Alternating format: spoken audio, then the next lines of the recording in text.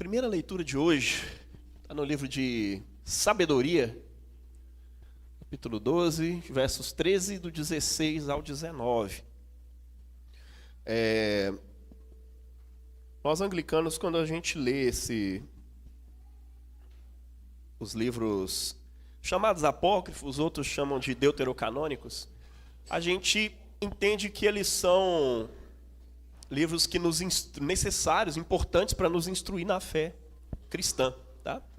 E a gente só não usa eles como base para se construir nenhuma doutrina e nem considera os necessários para a salvação. Então, quando a gente chega ao final dessas leituras, a gente sempre diz, aqui termina a lição, e todos dizem graças a Deus. Nos demais textos bíblicos, a gente usa, essa é a palavra do Senhor, demos graças a Deus. Vou usar aqui direto no celular para ficar mais fácil.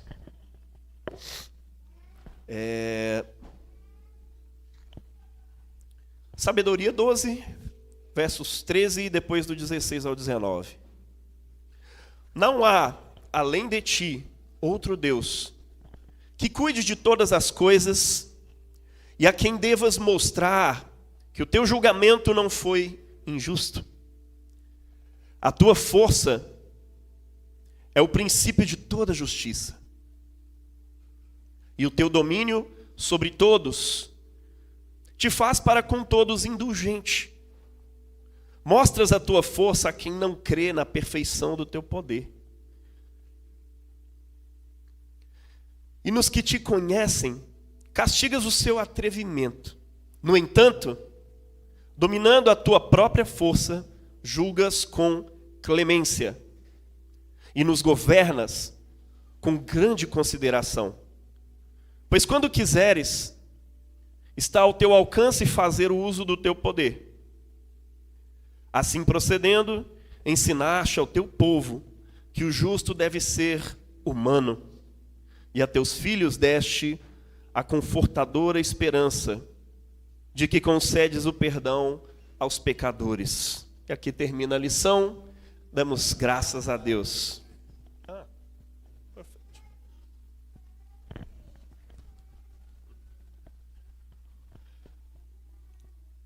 A segunda leitura de hoje está lá em Romanos, capítulo 8, do 12 ao 27. Romanos 8, 12 a 27. Diz o seguinte: portanto, irmãos, somos devedores não à carne, para vivermos sujeitos a ela. Pois se vocês, de acordo com a carne,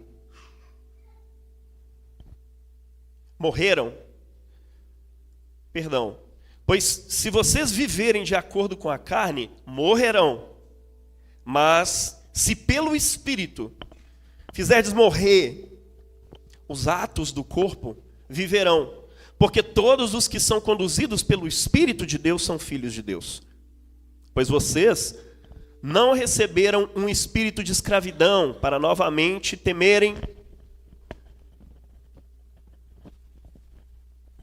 mas receberam o Espírito que os torna filhos por adoção, por meio do qual clamamos, Abba, Pai. O próprio Espírito testemunha com o nosso espírito que somos filhos de Deus. E se somos filhos, somos também herdeiros de Deus e co-herdeiros com Cristo. Se de fato sofremos com Ele, também com Ele seremos glorificados. Considero, pois, que os sofrimentos do tempo presente não podem ser comparados com a glória que em nós será revelada. A criação aguarda com grande expectativa que os filhos de Deus sejam revelados. Pois a criação foi submetida à inutilidade, não pela sua própria escolha, mas por causa da vontade daquele que a sujeitou, na esperança de que a própria criação seja liberta da escravidão que conduz à decadência, para receber a mesma gloriosa liberdade dos filhos de Deus. Pois sabemos que toda a criação geme em conjunto, como se sofresse dores de parto até agora. Agora, não somente isso, mas nós mesmos que temos Os primeiros frutos do Espírito gememos interiormente, esperando ansiosamente a adoção como filhos, a redenção de nosso corpo. Nessa esperança fomos salvos. Contudo, esperança que se vê não é esperança. Pois quem é que espera por aquilo que está vendo? Entretanto, se esperamos o que não vemos, com paciência o aguardamos. O Espírito vem em socorro da nossa fraqueza, pois nós não sabemos o que pedir, nem como pedir. É o próprio Espírito que intercede em nosso favor, com gemidos inefáveis. E aquele que penetra o íntimo dos corações sabe qual é a intenção do Espírito, pois é sempre segundo Deus que o Espírito intercede em favor dos santos. Essa é a palavra do Senhor, nós damos graças a Deus. Agora eu quero te convidar a se colocar de pé para a salmodia de hoje.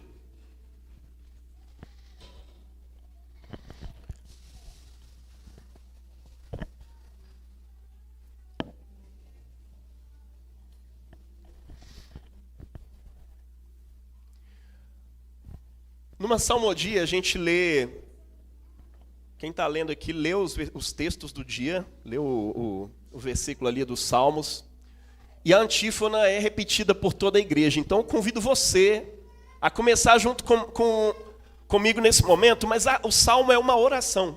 Então faz dele realmente uma oração para você agora. Vamos dizer juntos: ó Senhor, vós sois bom, sois clemente e fiel. Ó Senhor, vós sois bom e clemente, sois perdão para quem vos invoca. Escutai, ó Senhor, a minha prece, o lamento da minha oração. As nações que criaste virão adorar e louvar o vosso nome. Pois és tão grande e fazeis grandes maravilhas. Vós sois Deus e Senhor. Ó Senhor, vós sois bom, sois clemente e fiel.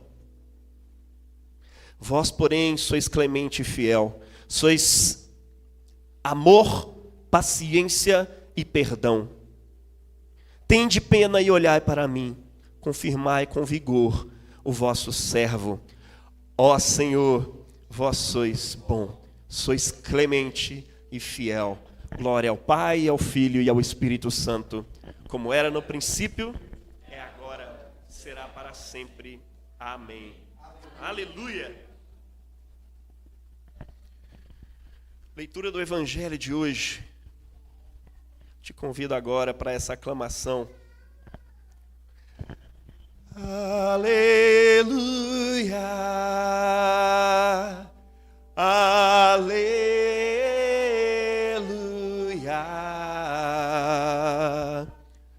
Aleluia.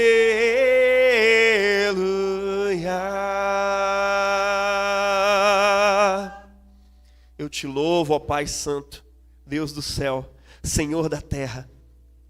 Os mistérios do teu reino, aos pequeninos, Pai, tu revelas. Aleluia. Aleluia.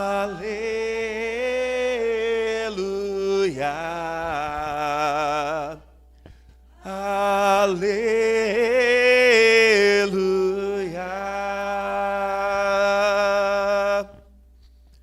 Proclamação do Evangelho de nosso Senhor Jesus Cristo, segundo Mateus. Glória a vós, Senhor. Mateus capítulo 13, versos 24 até o 43. Naqueles dias, Jesus contou outra parábola à multidão. O reino dos céus é como um homem que semeou boa semente no seu campo. Enquanto todos dormiam, veio seu inimigo, semeou o joio no meio do trigo e foi embora. Quando o trigo cresceu e as espigas começaram a se formar, apareceu também o joio. Os empregados foram procurar o dono e lhe disseram: Senhor, não semeastes boa semente no teu campo? De onde veio então o joio? O dono respondeu: foi algum inimigo que fez isso. Os empregados lhe perguntaram: queres que vamos arrancar o joio? O dono respondeu: não. Pode acontecer que arrancando o joio arranqueis também o trigo. Deixai crescer um e o outro, até a colheita. E no tempo da colheita, direi aos que cortam o trigo: arrancai primeiro o joio e amarrai-o em feixes para ser queimado. Recolhei, porém, o trigo no meu celeiro. Jesus contou-lhes outra parábola. O reino dos céus é como uma semente de mostarda que um homem pega e semeia no seu campo. Embora ela seja a menor de todas as sementes, quando cresce, fica maior do que todas as outras plantas. E torna-se uma árvore, de modo que os pássaros vêm e fazem ninhos em seus ramos. Jesus contou-lhes ainda outra parábola. O reino dos céus é como o fermento que uma mulher pega e mistura com 3 porções de farinha, até que tudo fique fermentado. Tudo isso Jesus falava em parábolas às multidões. Não lhes falava sem usar parábolas, para se cumprir o que foi dito pelo profeta: abrirei a boca para falar em parábolas. Vou proclamar coisas escondidas desde a criação do mundo.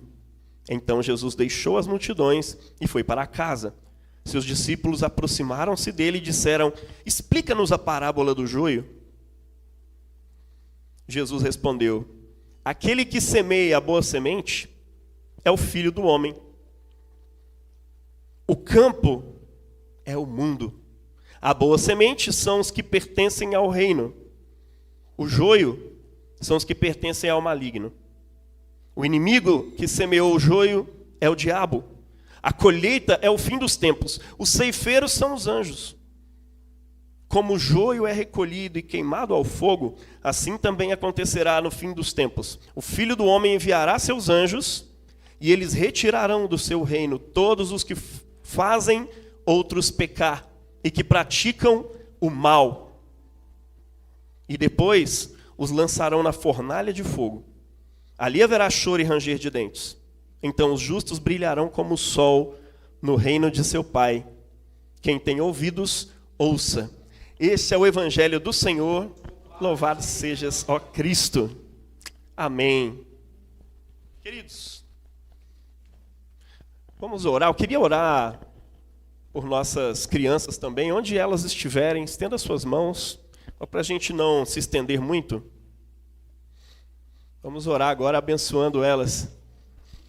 Pai, obrigado pelas crianças nossas, ó Pai, que estão aqui. Por um ministério, ó Pai, que está se formando e está começando, Deus.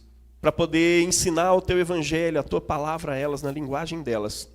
Eu te peço que isso aconteça, seja hoje, que nesse dia o próprio Espírito de Deus possa ensiná-las em seus corações.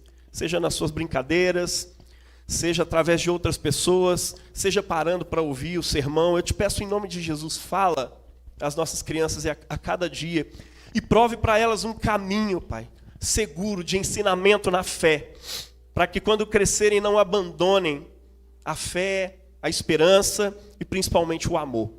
Nós te pedimos em nome de Jesus e as abençoamos, ao mesmo tempo que também nos preparamos para essa palavra.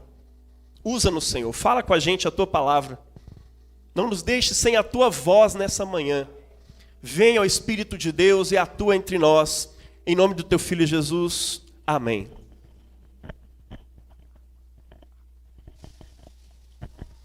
Glória a Deus. Podem se sentar.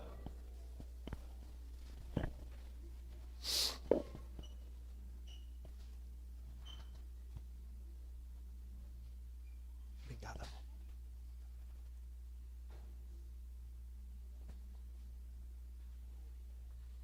Meus queridos, eu acho que o tema geral hoje, nas nossas leituras, se você parar para analisar cada uma delas, é a paciência. Mas como assim a paciência? É uma paciência que Deus tem conosco, enquanto seres humanos, e uma paciência que nós somos convidados a ter com o próximo. Mas tudo começa numa paciência de alguém que nos amou. E quando você pensa na criação desse mundo, e pensa no tipo de Deus que nós, cristãos, e que a teologia judaico-cristã, de modo geral, compreende, nós vemos um Deus de amor. Que Deus é esse que se revela na Escritura? Creia você nele ou não? Talvez você seja até um ateu e tal. Mas vamos lá. Que tipo de Deus é esse Deus que é expresso ali na Escritura? Eu sei que ele causa, às vezes, um monte de incongruências, e você fica assim, não, mas é ou não é? O que é isso e tal? Mas quando você vê a história desse Deus com o seu povo, e você complementa isso entendendo que ele envia seu filho, você vê ali a história de um Deus que está o tempo inteiro derramando a sua misericórdia sobre pessoas que não merecem. E isso já começa lá na criação. Porque, veja, o Deus que nós concebemos é um Deus que é completo em si mesmo. Ele não precisa de outro Deus, e até o texto de sabedoria está dizendo isso aqui hoje, né? Não há além de ti outro Deus que cuide de todas as coisas e a quem você deva mostrar que o seu julgamento não foi injusto. Ou seja, Deus, você não é o tipo de Deus que presta contas a nenhum outro Deus, porque nem existe outros deuses. Só você é Deus, só tu és Deus. E um Deus que é completo em si mesmo, um Deus que não é carente, igual muitos acham. Ah, tem um Deus aí que é um Deus carente. Ele precisou criar o ser humano. Não, Deus não precisava. Porque Deus dentro de si é uma comunidade. O tempo nem existe ali. Ele vive na eternidade. E existe ali três figuras, três personas, que ao longo das Escrituras também se revelam para nós, e nós olhamos para elas e falamos, caraca, Deus é uma família. É o Pai, o Filho e o Espírito Santo. De acordo com a teologia de Santo Agostinho, é como se fosse uma dança eterna da Santíssima Trindade. É o Pai amando o Filho amando o Pai, e o Espírito Santo é o próprio amor, é o vínculo de amor entre eles. E que depois, em nossa salvação, também se torna um vínculo de amor entre nós, uns com os outros e com o próprio Deus. O Espírito de Deus faz as coisas acontecerem desde a criação do mundo. Veja, um Deus assim, ele não é carente, ele já é completo em si. O único motivo pelo qual ele cria o mundo, o tempo e, pior, ou melhor, a humanidade. Seres como ele livres para tomar suas decisões. Livres para dizer sim ou não para Deus. Porque o contrário disso seria, sei lá, um Deus que criou uns robôs, umas inteligências artificiais, alguma outra coisa assim. Mas um Deus que cria outro ser, como ele, livre, para corresponder ou não ao seu amor, esse é um Deus verdadeiro. Esse Deus, ele é justo, ele é completo, mas acima de tudo isso, esse Deus é amoroso. Lembra dessa palavra, meu irmão? Amor é a principal característica do nosso Deus. E tudo isso que o Salmo de hoje está dizendo também, sois amor, paciência e perdão. Sois bom, clemente e fiel. Tudo isso é virtude que brota do próprio amor de Deus. O Deus Todo-Poderoso é amor. E ele cria o ser humano única e exclusivamente por causa do seu amor. Por quê? Porque ele não tinha motivos para criar. Ele não tinha motivo para criar uma outra coisa além de si. A sua presença já enchia todas as coisas. Deus é o único que... Interessante, né? Quando você precisa se afastar de uma situação para poder compreendê-la e contemplá-la, né? Você precisa ver de fora. Deus já preenche todas as coisas, mas Ele deu espaço e criou um não Ele, sabe? Algo que não sou eu vai existir agora. Eu vou criar algo fora de mim. E é isso que implica o amor. O amor é entender que existe um outro, totalmente outro, diferente de você. E você se entrega em amor. E você não tem garantia nenhuma de que esse amor vai ser correspondido ou não. Porque quem fica o tempo todo persuadindo o parceiro a corresponder e a olhar para como você é amoroso, no final das contas, está sendo um chantagista. Está sendo alguém que está apelando aí para suas dependências. Mas isso não é amor de verdade. Amor como o de Deus é abrir espaço para o não eu e falar, eu vou criar esse espaço e eu vou amar. Deus faz isso quando Ele cria o mundo. Ele cria o universo, Ele cria o tempo. E de repente Ele vai e coloca uma coroa sobre toda essa criação maravilhosa. Ele coloca o ser humano ali. Para ser sacerdote dessa criação. Para ser a imagem desse próprio Deus. Enquanto outros deuses no tempo de Moisés tinham lá os seus templos e as suas imagens. Quando Deus vai falar com Moisés, ou seja lá quem escreveu a Torá ali, né, o Gênesis, Êxodo, Levítico, Números e Deuteronômio, Pentateuco, ele está trazendo a ideia de um Deus que cria um templo e sobre ele coloca o ser humano como a sua própria imagem. Para quê? Para poder cuidar desse jardim. Ser co-criador com ele de um mundo que ele acabou de fazer. Deus é amor o tempo inteiro. E ele começa uma história de amor ali com o ser humano. E logo, logo, a forma como o livro de Gênesis narra isso, seja ela parabólica, como Jesus está fazendo aqui parábolas, seja ela mais literal, isso nem importa aqui. Mas, logo, logo, o ser humano experimenta uma coisa chamada queda. Ele experimenta o fato de que ele pode não corresponder ao amor de Deus. E Deus queria que o ser humano conhecesse o bem e o mal, mas por meio de uma forma diferente de uma árvore. Deus queria que o ser humano conhecesse o bem e o mal? Claro que sim. O livro de Êxodo diz isso. Muito bem. Perdão. O livro de Hebreus diz isso muito bem, né? Deus quer que todos sejam amadurecidos para compreender não somente o bem, mas também o mal. Então Deus queria que o ser humano compreendesse essas coisas. Ele vai saber discernir entre o bem e o mal, mas como? Me obedecendo. E o ser humano descobre que tinha outro jeito de descobrir o bem e o mal. Por meio da desobediência. E não é à toa que nós somos salvos depois por Cristo por meio da obediência dele. E os narradores do Novo Testamento o tempo todo estão colocando ali o jardim. Tudo isso como referência ao que aconteceu lá no princípio. O ser humano caiu. E a partir do momento em que cai,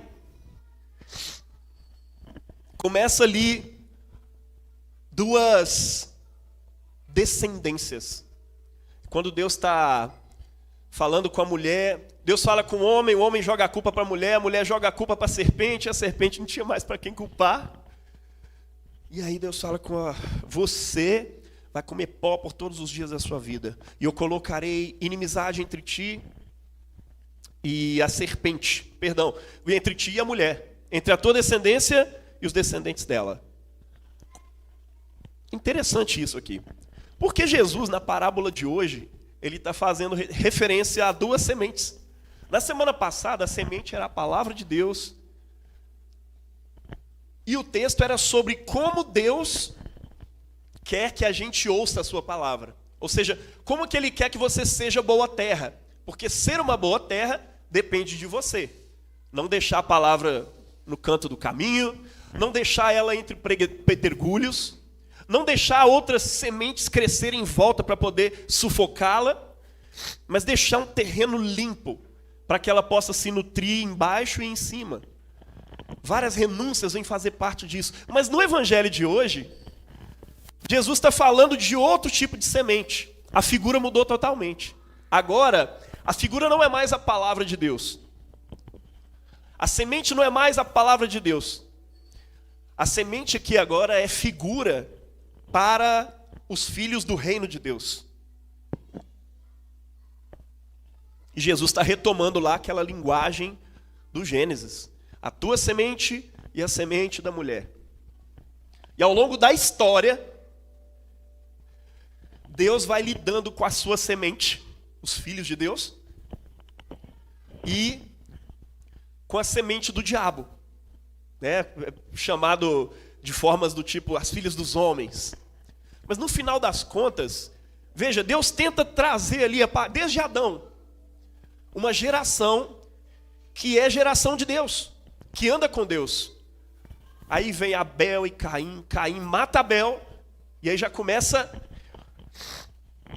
uma outra semente, Sete, que é também colocada como semente substituível. Aí vai, Sete, dá origem a vários descendentes até chegar em Noé. Quando chega em Noé, parece que a descendência de Deus não existia mais. Olha que interessante. Deus ficou sem descendência, porque o ser humano se tornou tão destrutivo com a criação e com o outro, que é assim, a coisa está feia, nós precisamos resolver isso. Aí vem um dilúvio. Mas olhando para isso tudo, Deus consegue ver uma sementinha ali no meio. Uma sementinha do reino de Deus, chamada Noé.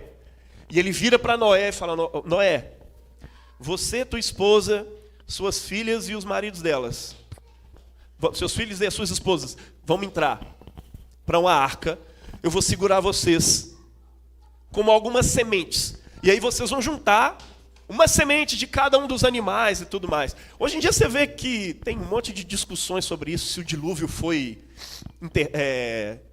global, ou se foi uma coisa local. São discussões bestas, tá? Porque nós estamos lidando aqui com uma narrativa que já existia, muito antes do Gênesis ser escrito, tá? De um cara que veio um dilúvio e ele ficou em cima de uma barca e salvou a humanidade e tal, tá? Mas a forma de Deus colocar isso é o tempo todo responsabilizando a sua geração e o tempo todo chamando a atenção para a sua semente que está espalhada no mundo. Deus está protegendo a sua semente.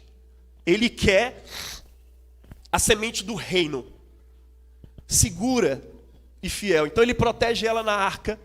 Depois ele vai proteger os filhos de Noé, que vão dar origem a várias descendências até chegar em Abraão. E aí Abraão está no meio de uma terra cheia de outros deuses. E Deus vira para ele e fala, vamos Abraão, vamos sair do meio da tua terra, sai do meio dos teus parentes aí, da sua família, dos seus amigos, vamos para uma terra que eu ainda vou te mostrar. E aí Deus tira aquela semente chamada Abraão. E vai ele com seu sobrinho Ló, em algum momento eles se separam. Abraão dá origem a Isaac, a sua semente de alegria. Jacó tem o seu nome mudado para Israel. E desse homem chamado Israel, nascem 12 filhos que dão origem a 12 tribos, que depois vão dar origem a todo o povo de Israel. Um povo que era a semente que Deus estava protegendo lá, de Noé, de Adão até Noé, depois até Abraão, e agora com esses 12 filhos, 12 famílias, e Deus ali cuidando, falando, eu preciso de uma semente no meio dessa geração complicada. Porque essa geração complicada está toda perdida. Eu quero salvar, eu quero segurar esses aqui. Mas não é só porque eu amo eles e estou querendo salvar eles, não. É porque através deles eu vou abençoar os outros. Quando Deus chama Abraão, ele fala isso com ele, né? Através de você, todas as nações da terra vão ser abençoadas. E é assim que acontece. Os filhos de Jacó são pecadores, fazem um monte de besteira. Você não Pensa o tanto de besteira que aconteceu ali com o povo de Israel. E vem uma fome gigantesca sobre a terra, e eles são capazes de vender o próprio irmão, José, que eles não iam muito com a cara dele, até porque ele falava que ele tinha sonhos e via 12 estrelas se prostrando diante dele, como se ele fosse a lua. E aí os irmãos ficam preocupados. Ele era filho de uma mãe que o pai gostava mais. Então vendem ele como escravo, jogam ele no buraco e depois ele acha que estão soltando ele de lá, eles vendem ele como escravo. Mas através dele, de alguma forma, ele vem a ser governador no Egito, que é para onde ele foi levado. E vem uma grande fome, e no meio dessa grande fome, os irmãos dele vão até o Egito, que era o único lugar que tinha comida, e vão se prostrar diante do seu irmão.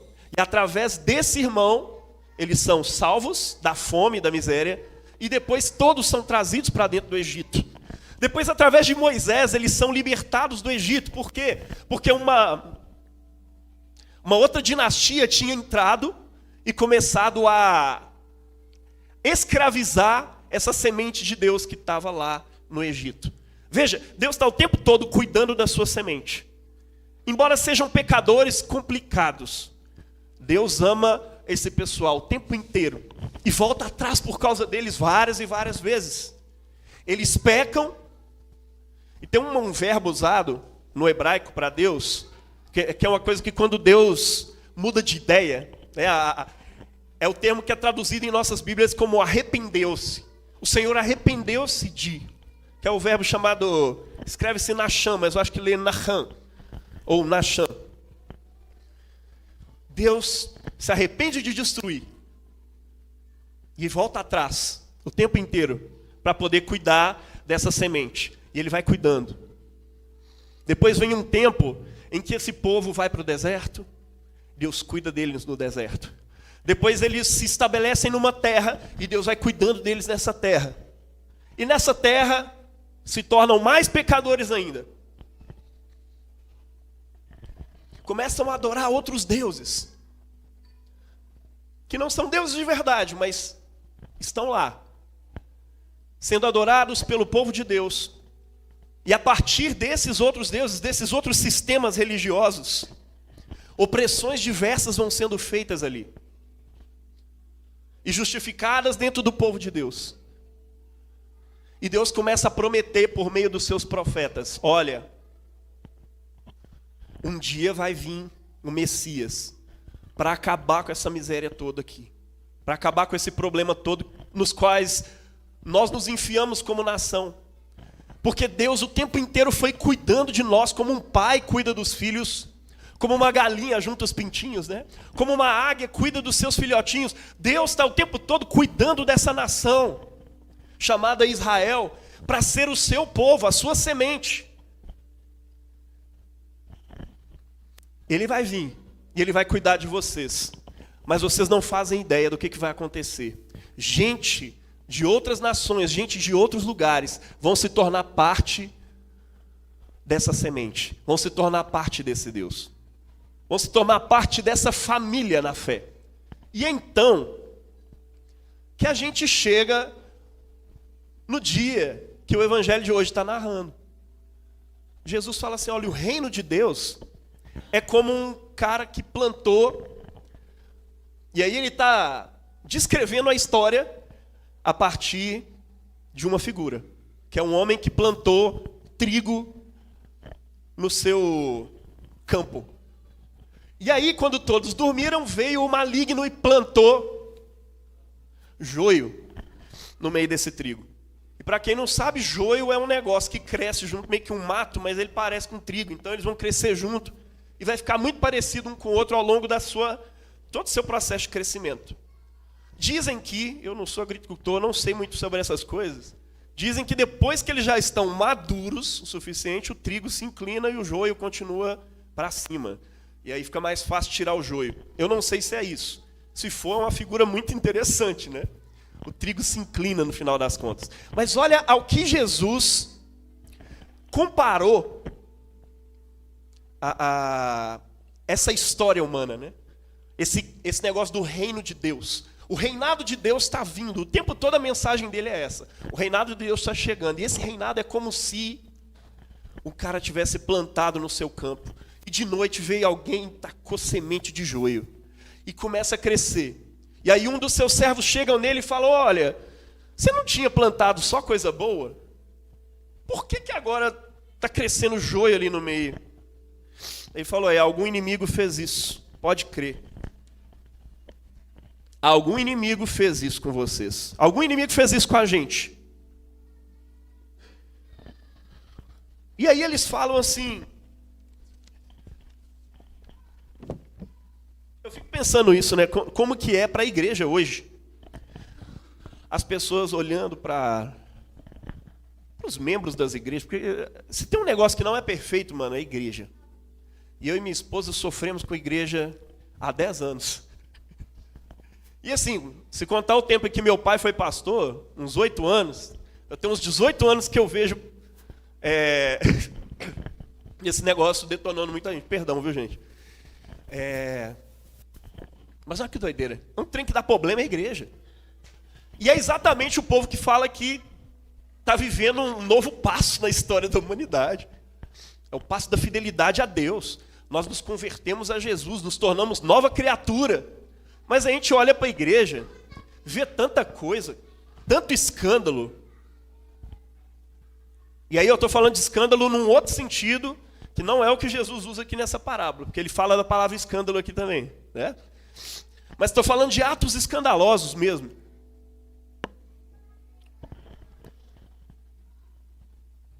Você fica assim: Deus, o Senhor não tinha plantado só semente boa?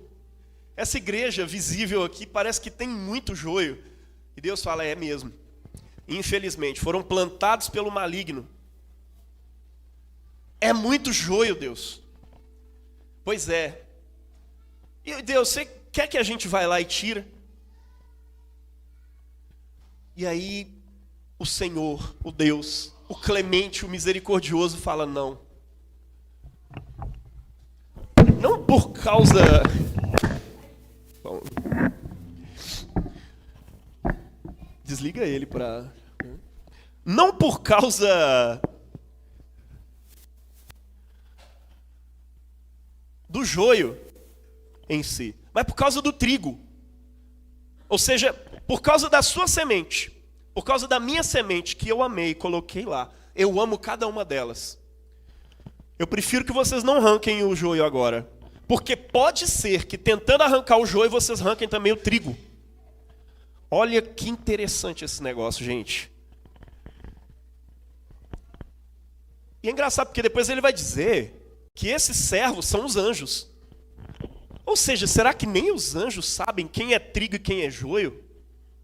Porque se Deus fizer mesmo uma seleção, ele é todo poderoso. Ele pode, em algum momento, estalar o dedo assim, igual o Thanos, e deixar só a sua semente existindo. E fazer inexistir todo o joio que existe na igreja. Mas, parece que Deus não quis isso. E por que ele não quis isso? Porque ele quer que nós, como igreja, sejamos pacientes como ele é paciente. Ele teve paciência com a sua semente ao longo da história.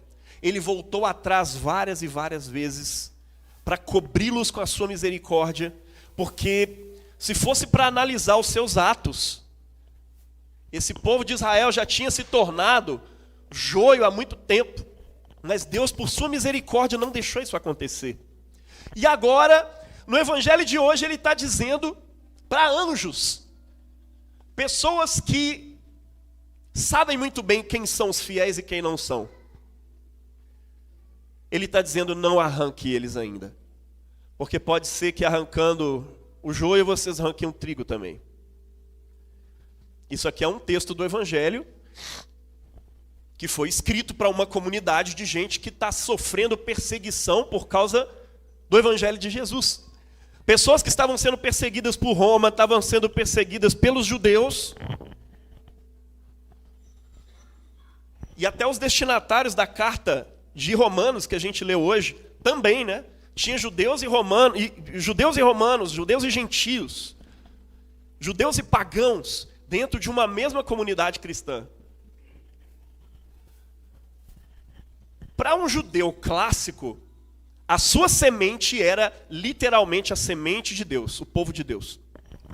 E aí para eles, para os outros, para os pagãos se tornarem povo de Deus, era simplesmente impossível. Alguns acreditavam que era possível se você submetesse ele a uma circuncisão e se ele começasse a guardar todas as leis, o Shabá, as leis cerimoniais, as leis alimentares e tudo mais, essa pessoa podia se tornar um prosélito. Talvez ser salvo, mas ele não pode entrar no templo, tem um monte de coisa que ele é restrito. Mas no Evangelho, Jesus dá uma acabada com esse negócio. Através da criação que ele faz, da recriação que ele está fazendo do ser humano, ele fala assim, olha, por meio da fé em mim, vocês agora vão ser geração de Deus. A videira de Deus é como se ela tivesse se reprogramando aqui agora. A verdadeira videira não é a consanguinidade com Israel, não é essa semente física, mas sim algo espiritual, que é plantado dentro do coração de vocês. Pedro diz isso, Deus nos regenerou, ou seja, fez nascer de novo, de uma nova semente, dentro do nosso coração, por meio da ressurreição de Jesus Cristo dentre os mortos, pela nossa fé nessa ressurreição. Por que eu estou trazendo isso tudo? Porque existe uma possibilidade muito grande desse joio, ao longo do tempo na igreja, se tornar trigo. E existe uma possibilidade muito grande, muito trigo, que a gente acha que parece com trigo, no final das contas era joio. Ou, no final das contas, vira joio, vai saber. Mas é interessante, porque o livro de Romanos está falando aqui que existe uma possibilidade muito grande de transformação. Ele está dizendo isso, Vocês receberam o Espírito que os torna filhos por adoção, por meio do qual clamamos Abba, Pai. O próprio Espírito testifica com o nosso Espírito que somos filhos de Deus. Paulo está falando aqui para uma comunidade principalmente feita de pagãos. Principalmente feita de pagãos. Ou seja, pessoas que pelos judeus eram vistas como joio. Ele está dizendo, olha, vocês receberam dentro de vocês um espírito de adoção, através do qual nós oramos o Pai Nosso. É o Espírito que nos leva a essa oração. Pai, Abba. É assim que eles começavam essa oração. Abba. Então ele está dizendo que o Espírito de Deus em nosso coração nos conduz a dizer Abba, Pai.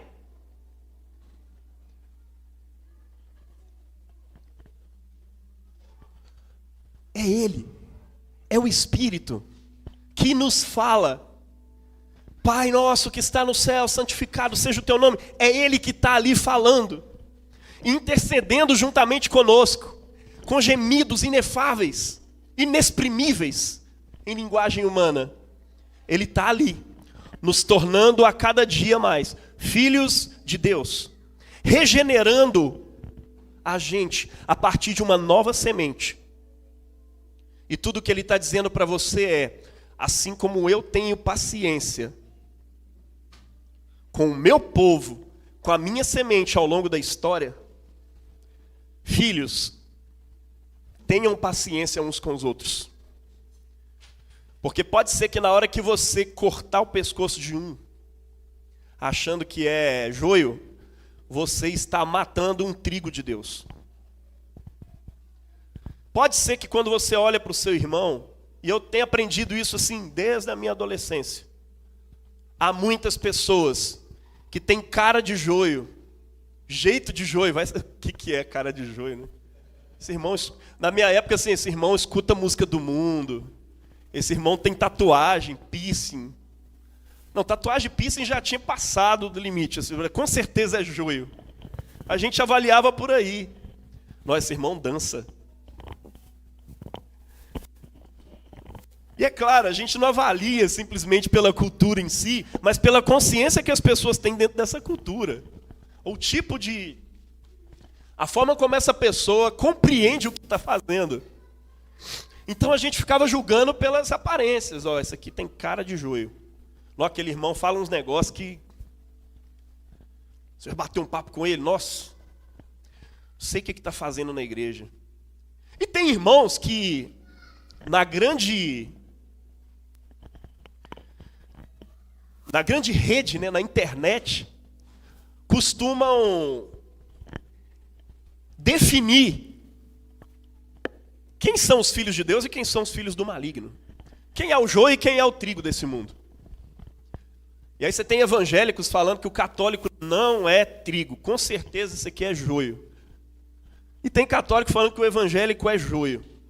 Eu vejo as duas coisas. Tem os irmãos progressistas que falam assim, gente, o joio do mundo, com certeza, é esses cristãos conservadores.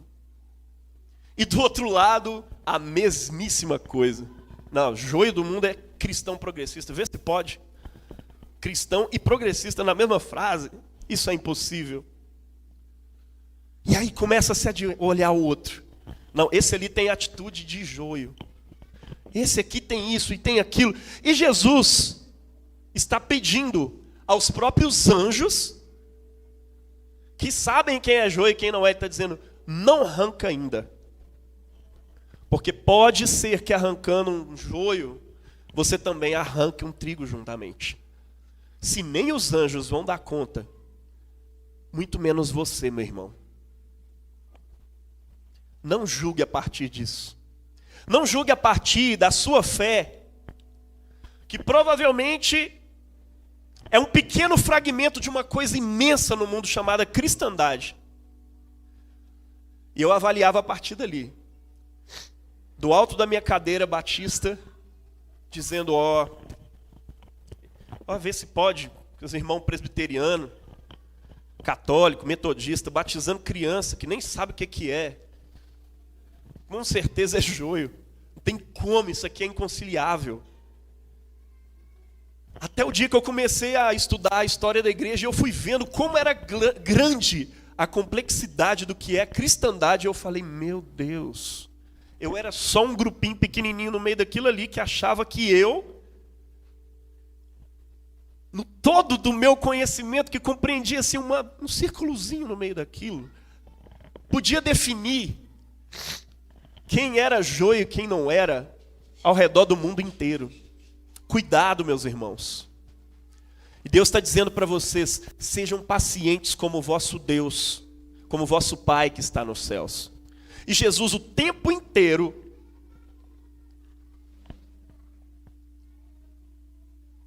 que ele conta as suas parábolas, ele está o tempo todo chamando as pessoas, ó, a grande definição, a definição final, vão ser os frutos. É se as pessoas fazem a vontade do Pai, ou elas não fazem a vontade do Pai. São aqueles que praticam o bem e aqueles que praticam o mal. No final das contas, são os atos. Os frutos é que vão dizer para mim e para você quem é e quem não é. E na nossa grande e longa caminhada cristã, cabe a nós não julgar nenhum irmão, mas acolhê-lo com fé, sem definir se ele é ou se ele não é, joio ou trigo. Porque a gente sabe que o lavar regenerador do Espírito pode transformar joio em trigo. E Paulo fala especificamente disso, que a gente era um ramo de uma oliveira brava lá, que foi enxertado na verdadeira videira, que é Cristo. E de repente a gente começou a frutificar por meio da seiva que vem dela. Nós fomos enxertados dentro de um povo cuja semente, meu irmão, começou lá no início da criação. E foi reformulada em Cristo Jesus. Através de Cristo, gente de todos os outros povos podem fazer parte desse mesmo povo. Não os julguem. espere o final. Espere o fruto. Porque quando você vê o fruto horroroso surgindo, aí sim talvez você tenha uma noção, isso aqui parece ser. Mas não cabe a você fazer esse tipo de julgamento. Cabe a você não bancar de Deus. Cabe a você cuidar dos seus irmãos. Porque é no fim dos tempos que o joio vai ser retirado. E aí sim vai ser lançado numa fornalha de fogo. Como Jesus está dizendo, né? Ali haverá... Você não pode falar aí sim mais, né? Mas olha só. Ali haverá choro e ranger de dentes. E então os justos brilharão como o sol no reino de seu Pai. Quem tem ouvidos, ouça. O que Deus está falando aqui é isso. Você ouviu essa coisa toda? Mais do que escutar, ouça de verdade. Deixa isso transformar as suas ações. Quanto mais você deixa de julgar, você se preocupa com as suas ações. E você deixa frutificar em você a seiva que vem por meio desse espírito de adoção, que nos torna de joio em trigo, de oliveira brava em árvore frutífera do povo de Deus. Amém?